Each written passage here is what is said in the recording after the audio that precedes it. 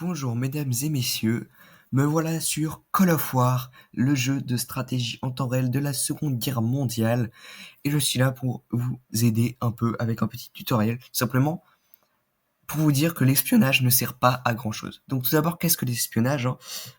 C'est ici l'espionnage.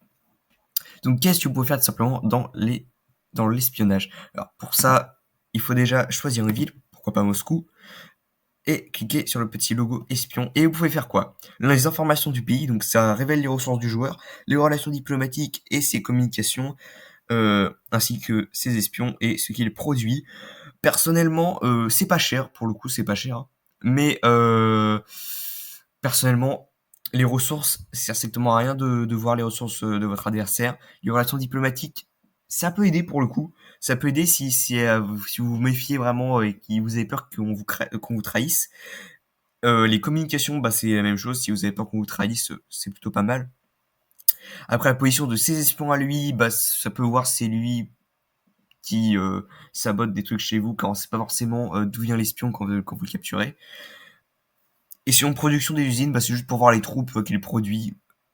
Saboter un bâtiment, bah, c'est endommager un bâtiment, franchement, ne faites pas ça, c'est cher. Et puis, pour le reconstruire, il pourra même golder ou mettre des boosts si vous faire ça plus rapidement. Vous perdez vos golds bêtement. Donc franchement, ne le faites pas, je vous le déconseille. Et révéler les armées locales, c'est afficher une image temporaire donc des armées de cette province et celles adjacentes. Euh, Ça peut être utile, mais bon, il suffit de patrouiller en fait, ou de mettre vos troupes assez près, et vous allez voir que c'est totalement visible. Donc d'ailleurs, pour l'espionnage, c'est forcément du du du euh, du gold quoi. Vous pouvez pas mettre les dollars quoi. Vous pouvez mettre votre argent, sauf pour les engager. Donc franchement, ça ne sert strictement à rien. Et surtout, si vous voulez connaître tout simplement les troupes de votre adversaire, ce que je peux comprendre, hein, ça vous aide. Tout simplement, bah, comme vous pouvez le voir, là, il y a des zones qui sont un peu plus éclairées dans l'océan. Bon, bah alors, pour le moment, ça vous révèle pas grand-chose. Mais en fait, ça fait exactement les choses sur les terres. Par là également, vous pouvez voir que nos troupes, autour d'elles, elles ont une petite sphère, comment dire ça, un champ de vision, donc vous pouvez voir tout ce qu'il y a autour. Donc là, vous pouvez voir qu'ici, il n'y a pas de troupes, ici non plus. Et c'est assez utile. Et en fait, si vous voyez qu'il y a les troupes, vous pouvez normalement voir à quoi elles ressemblent.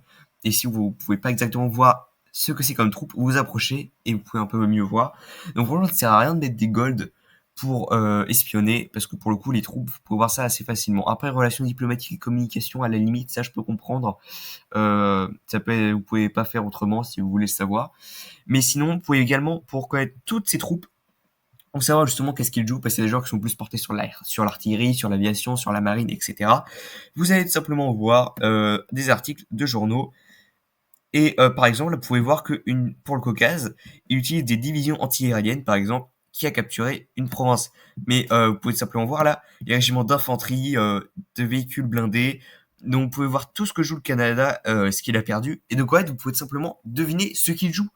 Alors certes, là, on est en début de partie, donc en général, on a encore les troupes de base. Je parle des... Non, même pas ça, c'est... Si, bah voilà, des voitures blindées, de l'infanterie, de l'anti-aérien. Ça, vous l'avez en tout début de partie quand vous commencez. Donc effectivement, ça vous en dit pas grand chose. Mais si vous êtes genre jour 15, jour 16, vous pouvez vraiment en avoir besoin pour deviner tout simplement ce qu'il joue. Donc c'était assez court, mais c'est une petite astuce. Donc ne dépensez pas de gold dans l'espionnage, sauf si vous voulez vraiment connaître les relations diplomatiques et ce que dit votre adversaire à ses alliés.